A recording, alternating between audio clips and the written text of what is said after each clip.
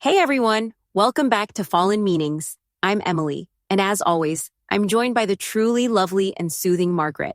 We're going to get into a metaphor today that, honestly, has changed how I look at my own story, being a bird whose wings got clipped by depression. Margaret, you started me on this whole metaphor thing, so I think it's all yours to explain. Thank you, Emily. You're quite kind, as ever. So, the thing about metaphors in therapy, well, in life really, is that they help us frame our struggles in a way that's less clinical and more human, don't you think? Seeing yourself as a bird with injured wings isn't about self-pity.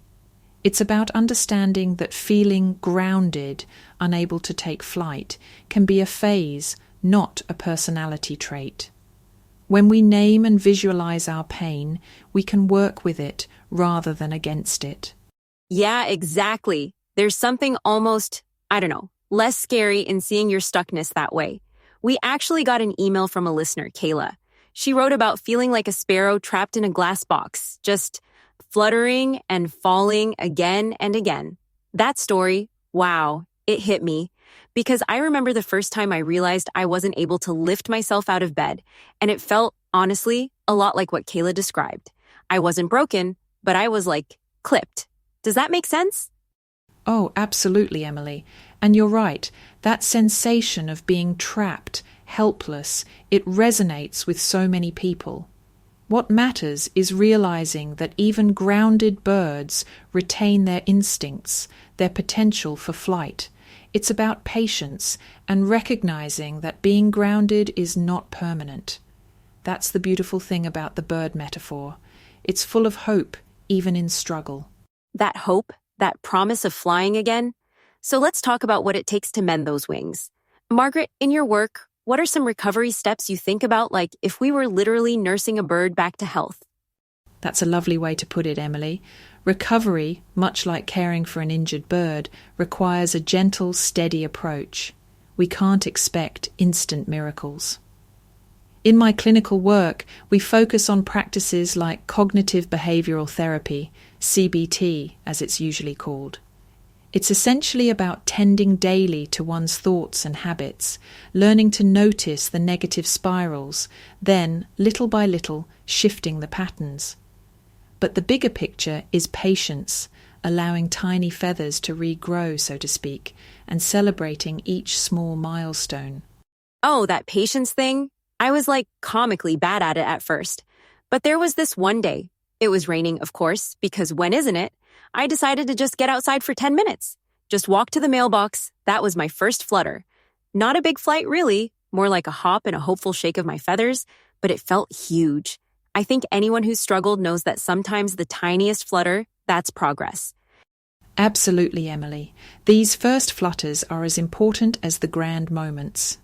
We often underestimate the courage those small steps require, and, like helping a rescued bird, our job is to create safe, steady routines, notice every small victory, and offer ourselves the same gentleness we'd offer that bird.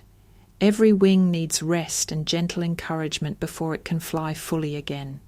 Once we begin to mend, that's when people often rediscover how it feels to truly soar. I've seen individuals who, after a time of darkness, reconnect with lost passions, painting, gardening, or simply spending time in the local park. It's almost like they've found their flock again, and there's this renewed purpose.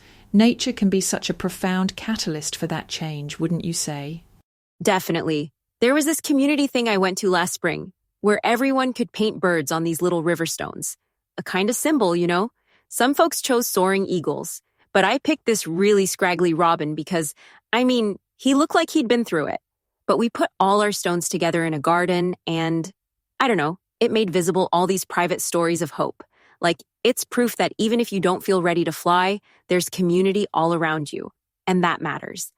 That's beautiful, Emily. Reminders, whether it's a painted stone or simply returning to that favourite tree, anchor us to hope. Recovery isn't about never falling. It's about learning, bit by bit, to take flight again, and knowing you're not alone when you do. There's something deeply reassuring in the idea that a flock is always out there, waiting to welcome you back.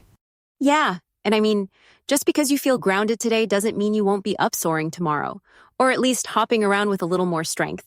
So, even if all you've got is a flutter right now, that's okay. We're all somewhere on that path. Well, thank you so much for sharing your wisdom, Margaret. Seriously, I always leave these chats feeling lighter. And thanks to everyone listening. We'll be back soon with more stories. Take care and see you next time. Thank you, Emily, and thank you everyone for joining us. Remember, your wings are never truly lost. Until next time, goodbye, Emily. Goodbye, everyone.